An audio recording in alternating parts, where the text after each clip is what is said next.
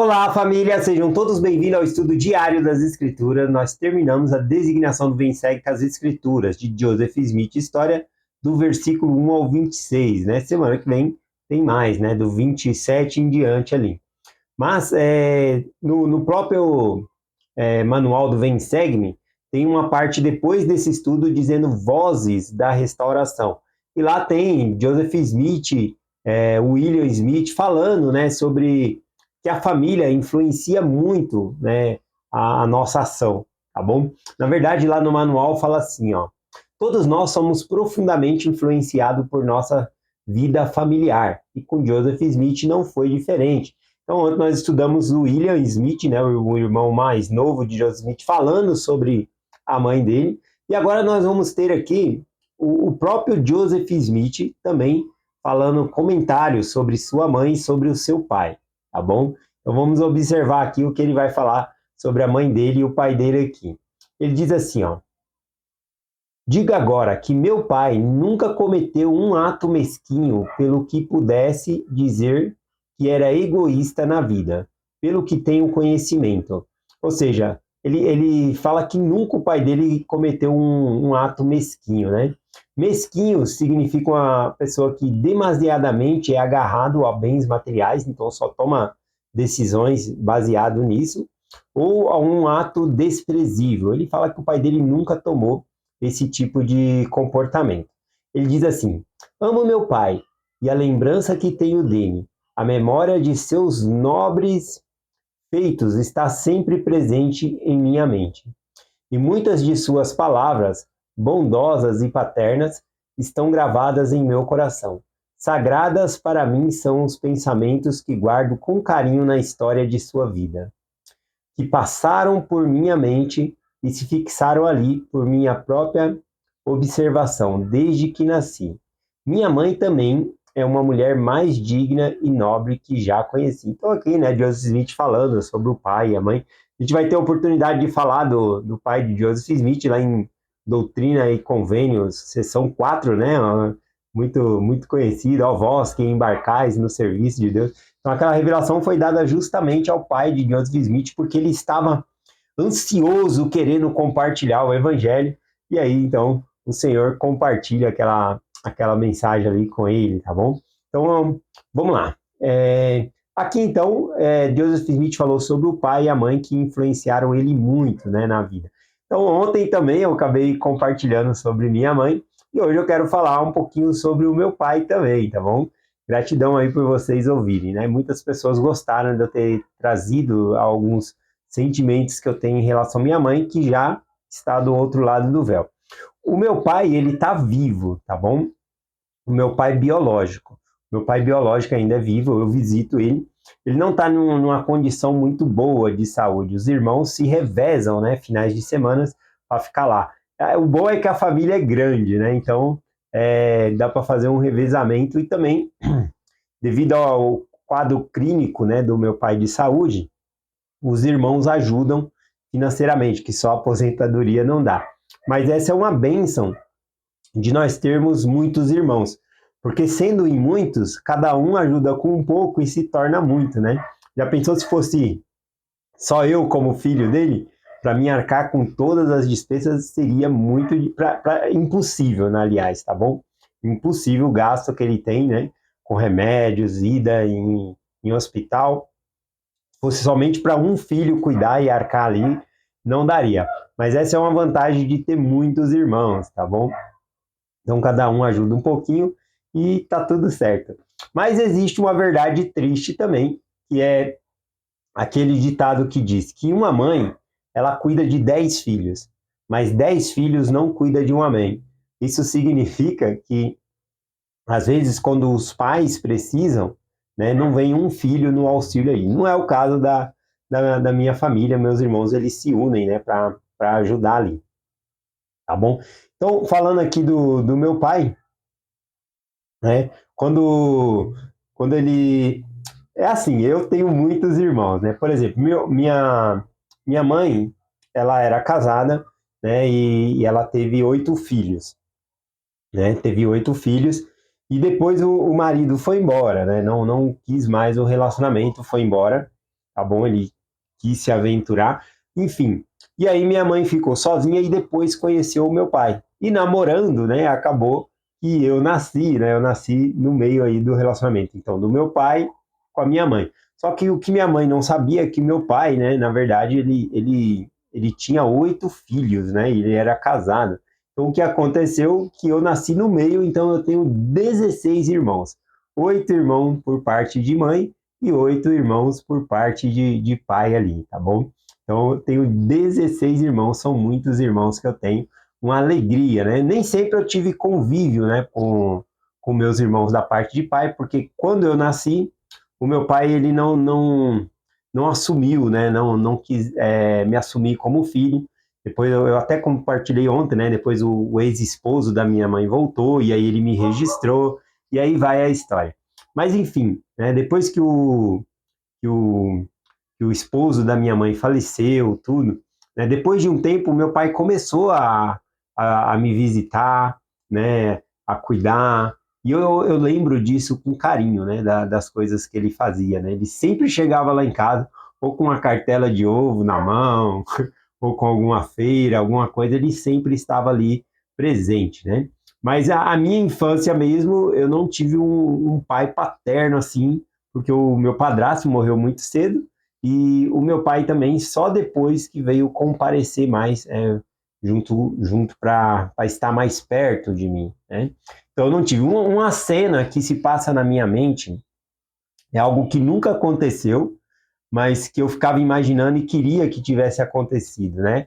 A cena é o seguinte, eu sentado no sofá, assistindo televisão, e o meu pai sentado do meu lado e simplesmente, né, colocar os braços, né, em torno de mim ali. Essa é uma cena que eu sempre tive na minha mente, mas nunca se concretizou, nunca aconteceu, né? Mas Deus ele cuida de nós, Deus é o nosso pai também. Da parte dos irmãos do meu pai, o primeiro irmão que eu conheci, eu tinha 14 anos de idade, quando o primeiro irmão, né, o meu pai falou para eles, olha, vocês têm um irmão, tal. Aí um dos irmãos veio me conhecer e depois, posteriormente, eu também fui lá na família e conheci. E hoje eu conheço todos os meus irmãos por parte de pai, né? É uma grande família aí, né? E nós somos, à medida do possível, né? Eles moram em outros locais, tem irmão meu que mora no Paraná, em vários lugares diferentes. Mas nós nos damos bem, né? Principalmente na dificuldade que o meu pai tem hoje em dia de saúde, nós cuidamos dele, ajudamos, né, financeiramente, conseguimos ir lá e visitar, tá bom? Cada final de semana é um irmão tá lá e faz o almoço, compartilha junto com ele, então é uma bênção, né? Às vezes a dificuldade une mais as famílias. Vamos lá, falando aqui sobre, Joseph Smith falou sobre o pai dele, eu falei um pouquinho sobre o meu, e eu amo meu pai, assim como Joseph Smith amava o pai dele, eu também amo o meu pai. Tanto o meu pai biológico, como o meu pai João Claudiano Neto, que era o esposo da minha mãe, que também, né, teve o carinho de me registrar. Então, eu amo esses dois pais que eu tenho. E falando sobre pai, eu queria falar também sobre eu, né? Eu também sou pai, né? Pai da Carol. E dizem que é fácil ser pai da Carol. E na verdade ela é uma menina de ouro, muito fácil de cuidar, ela não dá dificuldades, problemas, né? Uma vez na aula do Coro de Elders, uma das aulas que foi dada, foi justamente esse, né? Como criar os filhos hoje em dia. E muitos estavam compartilhando, né? A dificuldade de criar os filhos hoje em dia. E eu peguei e não me identifiquei com a aula, né? E eu comentei, nossa, mas para mim é tão fácil cuidar da Carol, né? Eu não vejo dificuldade, ela sempre quer vir para o seminário, sempre quer estar aqui na igreja, já se arruma, não preciso acordar ela para vir para a igreja. A menina assim, né? Como se diz, se cria sozinha, né? E aí eu fiz esse comentário e um dos irmãos, né? Que é bem antigo na igreja, o irmão João, ele pegou e falou, olha, o Vanderlei fez esse comentário aí, que é muito fácil, né, ser pai da Carol. Mas desde pequeno, eu lembro que ele trazia a filha dele para limpar a capela, trazia a filha dele no seminário, né? Nas atividades todas da igreja, ele vinha e ficava com ela. Então, ele ajudou ela nesse caminho, né? Então, por isso que hoje em dia, eu acho que ele está colhendo, porque ele fez lá atrás e então hoje está mais fácil. né? E eu achei interessante esse comentário, porque realmente a família influencia no ensino dos filhos, né? Assim como eu fui influenciado pelo meu pai, pela minha mãe, ou como Joseph Smith também, não foi diferente, ele foi influenciado ali pelos seus pais, né? Então, um versículo que eu escolhi para falar aqui, né, lembrando da minha filha, é Provérbios 18, 24, que diz assim, não é Provérbios 22, versículo 6, depois que eu vou ler o 18 lá. Então, Provérbios 22, versículo 6. Instrui a criança no caminho que se deve andar, e até quando envelhecer não se desviará dele.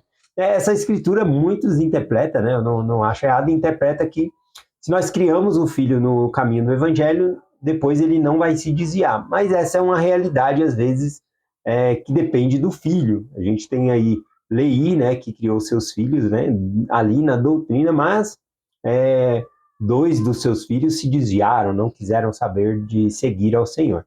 E às vezes muitas famílias na igreja que eu vejo boas que criaram bem os filhos, mas os filhos se desviaram do caminho, né? Essa escritura eu gosto de interpretar ela da seguinte maneira, tá bom?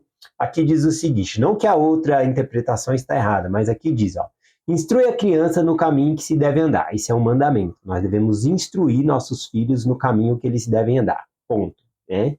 Depois diz, e até quando envelhecer, não se desviará dele. Então, eu acredito que esse até quando envelhecer está falando de mim. Ou seja, eu ensino minha filha no caminho que ela deve andar. E quando eu estiver envelhecendo, ainda assim eu vou estar nesse caminho, sendo um exemplo para minha filha. Ou seja, eu devo ensinar sempre. É igual está em doutrina e convênio, né? Que se os pais não ensinam os filhos, né, até a idade de responsabilidade, as coisas, os mandamentos do Senhor, fala, sobre a cabeça dos pais sejam os pecados, né? Mas não é que vai vir os pecados dos filhos do pai, é o pecado de não ter criado o filho nos mandamentos, de não ensinar, tá bom? Então eu gosto dessa interpretação aqui. Vamos lá, mais um aqui, ó, lá em Provérbios 18, versículo 24. Agora sim, ontem na mensagem eu compartilhei, né, que eu me sinto pai de algumas pessoas são minha mãe, e eu amei umas outras mensagens que eu recebi de pessoas falando, olha, eu não tenho idade, né, para ser tua mãe, não tenho idade para isso, mas eu te considero meu irmão. Eu aceitei isso com um abraço tão carinhoso, né, das pessoas que falaram isso para mim. Ah, você é meu irmão, eu gosto de você como um irmão. Eu gostei demais, tá bom? E sobre isso eu compartilho aqui com vocês. Provérbios 18, 24 diz assim, há amigos mais chegados que o irmão, e isso é verdade. Existem amigos que são mais chegados do que irmão. Às vezes tem amigo aí que a gente fala todo dia com ele, e às vezes não é todo dia que eu estou ligando para o meu irmão, falando com o meu irmão. Então, existem amigos que são mais chegados do que um irmão. E eu senti abraçado, né, por essas pessoas, e eu senti que apesar de eu já ter muitos irmãos, eu senti que minha família aumentou com esses comentários, né, de pessoas falando, você é meu irmão. Eu amei isso. Eu ganhei irmãos e irmãs, né? Desde ontem aí, a família cresceu mais ainda. Então, se eu tinha aí 16 irmãos, né? Conta 16 irmãos e irmãs, agora eu tenho mais ainda, né? Gratidão aí pela mensagem de vocês. Sobre isso, né? Lá em Marcos, capítulo 3, versículo 31, falando rapidinho sobre aqui, quando Jesus Cristo estava pregando, né? E aí manda um recado dizendo que sua mãe e suas irmãs estão lá fora te esperando. Vamos ver aqui, ó, Marcos 3, 31. E chegaram então os seus irmãos e sua mãe, estando do lado de fora, mandaram chamá-lo. E a multidão estava assentada ao redor dele, e disse-lhe, eis que tua mãe e teus irmãos te buscam lá fora. E ele lhe respondeu dizendo, vou falar, ó, sua mãe e seus irmãos estão lá fora te procurando, né? Tava tanta gente que não dava nem para ele sair ali, né? Mas Jesus Cristo responde o seguinte, quem são minha mãe e meus irmãos? E olhando em redor para os que estavam assentados junto dele, diz, eis aqui a minha mãe e meus irmãos, porque qualquer que fizer a vontade de Deus, este é meu irmão e minha irmã e minha mãe. Eu achei lindo isso aqui, né? E nós somos irmãos de Cristo quando obedecemos aos seus mandamentos, fazendo a vontade dele. Então a gente agora tem uma família maior ainda, né? Muito bom isso aqui. Eu não podia terminar essa mensagem, né, sem falar da minha esposa. Minha esposa também influencia muito, meu. Inclusive, influencia vocês também. Porque eu não faço esse trabalho aqui de compartilhar as escrituras todos os dias sem o apoio dela, é impossível. Então, ela me apoia muito, me ajuda, tá bom? Ela dá aquele apoio para que eu possa estar aqui com vocês compartilhando a mensagem, né? Aliás, a gente observa que muitos cargos na igreja, a esposa está ali do lado apoiando, que senão a pessoa não consegue. Como que uma pessoa vai ser bispo, por exemplo, se a esposa não apoia? Ou um cargo que ocupe tempo, né, e que despende tempo e talento para executar ali. Então precisa ter o apoio da esposa. E muitas vezes, né, a mulher também está ocupando esses chamados, né, de presidente da sua socorro, outros chamados, que o homem tem que estar apoiando de igual maneira. Então, agradecendo aí a minha esposa. Finalizando aqui, eu vou ler aqui João 4:34, é o comentário que o próprio Jesus Cristo faz sobre o Pai dele, sobre o Pai Celestial, nosso Pai também, tá bom? Então, eu vou finalizar. A gente tem que lembrar que nós temos um Pai Celestial. E como é dito nas Escrituras, se obedecemos aos nossos pais carnais, quanto mais ao nosso Pai Celestial, né? Devemos muito mais a obediência. Então, aqui em João 4:34, Jesus disse: a minha comida é fazer a vontade daquele que me enviou e consumar a sua obra.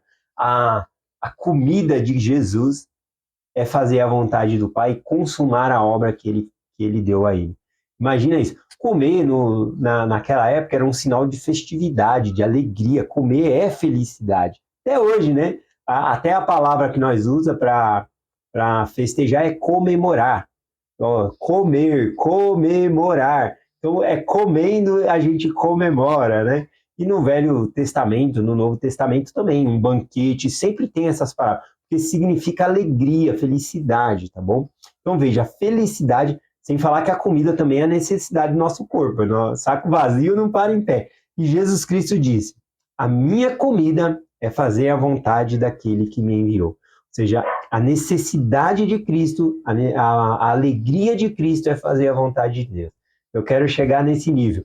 Em algumas coisas, eu já posso dizer que estou nesse nível. Por exemplo, ir à igreja já não é um sacrifício para mim, é uma felicidade. Eu quero estar lá com os irmãos. Fazer jejum, para mim, é uma alegria. Eu gosto, eu quero fazer jejum, porque eu me sinto mais próximo do Senhor, devolver o dízimo. Então, mas tem outros mandamentos que é mais difíceis, né? Que às vezes a gente tropeça. Não sei qual é o mandamento que você tem mais dificuldade, mas pense nisso, né? E a nossa comida deve ser fazer a vontade de Deus. A nossa alegria, a nossa felicidade, a nossa necessidade é fazer a vontade de Deus. E assim eu compartilho essa mensagem hoje com vocês, em nome de Jesus Cristo. Amém. Até amanhã.